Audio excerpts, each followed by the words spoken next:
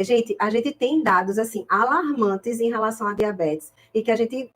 Sabe aquele apertinho que dá, né, no coração? Aquela angústia, aquele negocinho, assim? Para a gente que se preocupa com o paciente, é muito angustiante mesmo. Porque, olha, preste atenção nesses dados. 20% das internações em diabéticos são decorrentes de lesões em pé. A partir desse dado, a gente vai...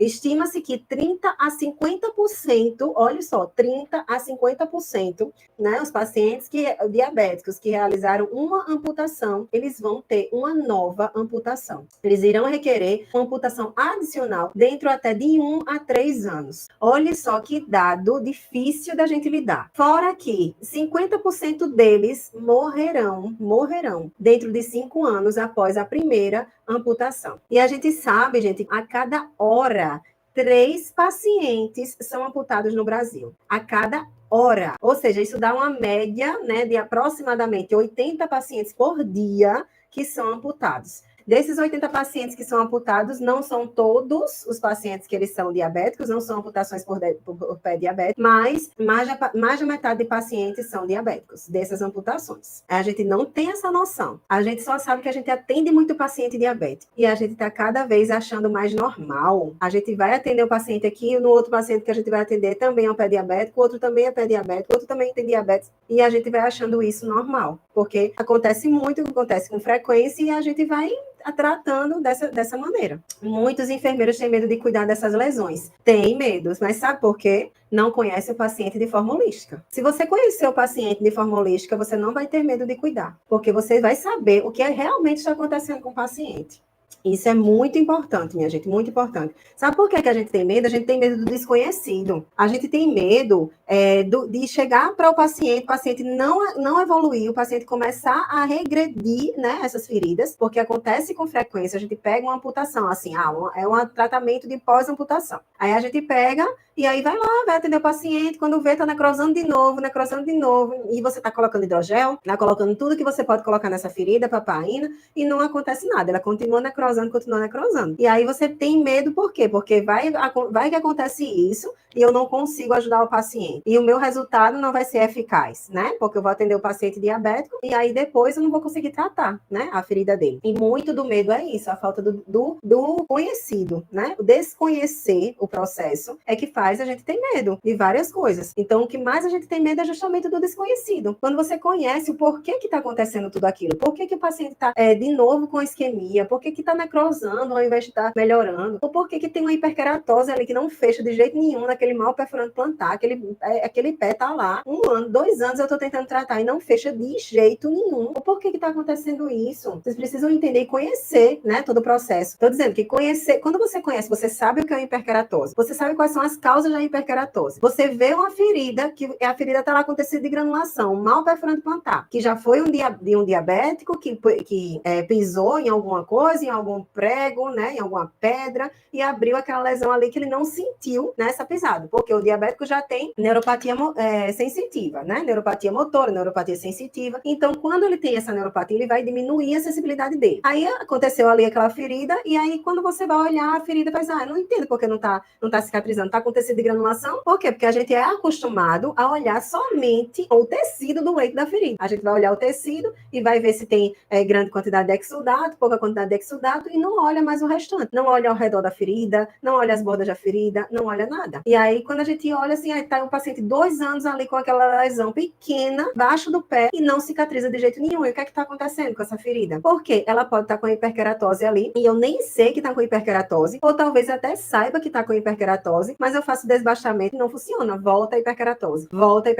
E assim continua voltando a hiperkeratose. Por que isso acontece? Eu preciso entender o porquê, né, do paciente. Por que acontece tudo isso no paciente diabético, que a hiperkeratose vai voltando e eu não consigo cicatrizar aquela ferida? Porque se eu não soubesse, eu não entender o porquê, eu não vou entender como é que eu vou tratar, e eu vou ter medo justamente do desconhecido. Eu vou ter medo justamente de não saber o que fazer com essa ferida. E aí eu não quero, né? Eita, o paciente é diabético, eu vou dizer que a minha agenda tá cheia. E a gente termina deixando para lá passando os pacientes, inclusive não colocando o paciente dentro da agenda para você adquirir a sua renda extra, ou até a sua renda fixa mesmo, e às vezes até a gente não é honesto com o paciente, né? Não vê que não está cicatrizando, vê que não está cicatrizando e continua recebendo seu dinheiro ali, fazendo a troca de curativo, porque você está trocando o curativo ao invés de estar tratando a ferida do paciente, né? O objetivo, gente, da gente precisa ser a cicatrização, precisa ser. Não adianta a gente tentar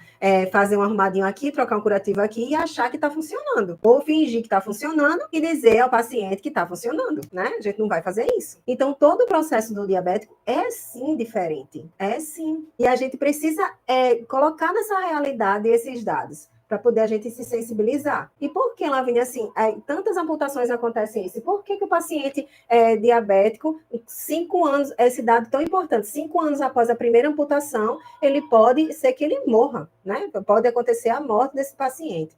E de 1 a 3 anos da primeira amputação ocorre a segunda amputação, a terceira amputação, e assim por diante. Por que isso acontece com o paciente diabético? É só, não dá, né, Lavínia? Porque assim, o paciente, ele acontece, né, de estar com a necrose, e quando vai para o médico vai lá e faz a amputação. E aí, o que eu vou fazer? A gente pensa muito assim, não depende de mim, toda essa questão. E muitas vezes, né, o paciente, ele tem uma falta de controle glicêmica, a nutrição dele é completamente inadequada, e aí começa a glicemia a aumentar, e por isso também acontecem as amputações. E aí a gente diz, a gente não tem controle, porque eu oriento o paciente diabético e o paciente diabético continua lá fazendo toda a alimentação dele errada e a glicemia aumentando. E realmente tem horas que a gente realmente não vai conseguir. A gente precisa ter uma técnica de comunicação mais específica, tá, com o paciente.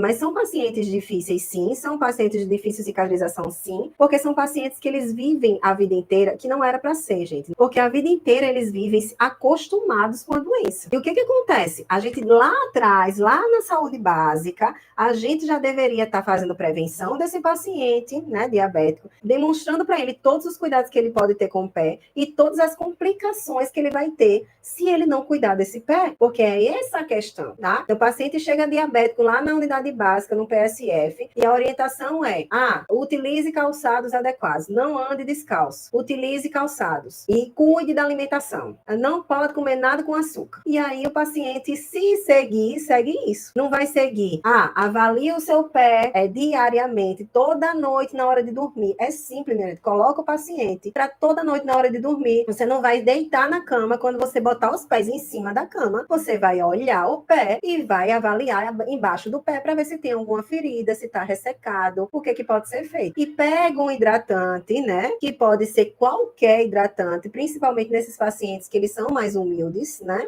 A gente pode ter ureia, pode ter hidratante Nivea, que é mais barato, pode ser os hidratantes, se a pessoa tiver um poder aquisitivo melhor, pode ser os hidratantes mais terapêuticos, como CeraVe, Cetaphil, Fisiogel, pode ser também, mas sempre o paciente vai precisar de uma hidratação. Pode ser um hidratante mais simples, pode ser um hidratante de AGE, ou a solução hidratante, não o óleo, mas pode ser uma solução hidratante de AGE, pode que às vezes até dá, né, o município dá para o paciente, pode ser qualquer hidratante, mas que ele hidrate naquele momento de dormir, que ele não vai mais pisar no chão para não escorregar, né? Ele vai colocar os pés em cima da cama no momento de dormir, vai avaliar os pés e vai hidratar os pés. Isso é uma prevenção básica que ninguém fala para o paciente. Poucas pessoas falam para o paciente isso. E simplesmente diz, não pode comer nada de açúcar, se alimente bem e não ande descalço, né? Porque esse é básico, não ande descalço, porque não vai, né, pisar em nada. Então a gente faz essas orientações muito por cima, né, do paciente. Não explica o que pode acontecer, diz, depois abre uma ferida, não ande descalço porque para não abrir ferida, mas não explica qual é o processo que o paciente vai passar se abrir uma ferida. Aí diz assim, para não perder o pé. E aí, todo o processo de sofrimento, a gente conhece esse processo de sofrimento. Como é que o paciente ele começa? Começa com a feridinha, depois ele começa a necrosar, começa com a isquemia, né, naquele membro, começa a necrosar, aí ele vai, no processo infeccioso, tem que tomar antibiótico, tem que se internar, a dor vai acontecer, o paciente não vai conseguir dormir, vai ter que tomar um monte de medicação para dor. Então, todo esse processo ali precisa ser explicado para que o paciente tente cair na real. Você vai conseguir sempre isso? Não é milagre. O paciente ele vai ter que captar a informação e colocar como prioridade na vida dele. Então, se o paciente ele vai receber aquela informação e dar prioridade, você vai ver que ele vai ter um resultado bom. Porque o paciente que colabora com o tratamento, ele tem melhores resultados. O paciente que não colabora com o tratamento, ele não vai ter tão bons resultados assim. Mas sim, esse processo também é de formiguinha e não é só na primeira avaliação que você vai conseguir fazer com que o paciente ele entenda todo esse processo. Isso vai ter que ser falado várias e várias vezes.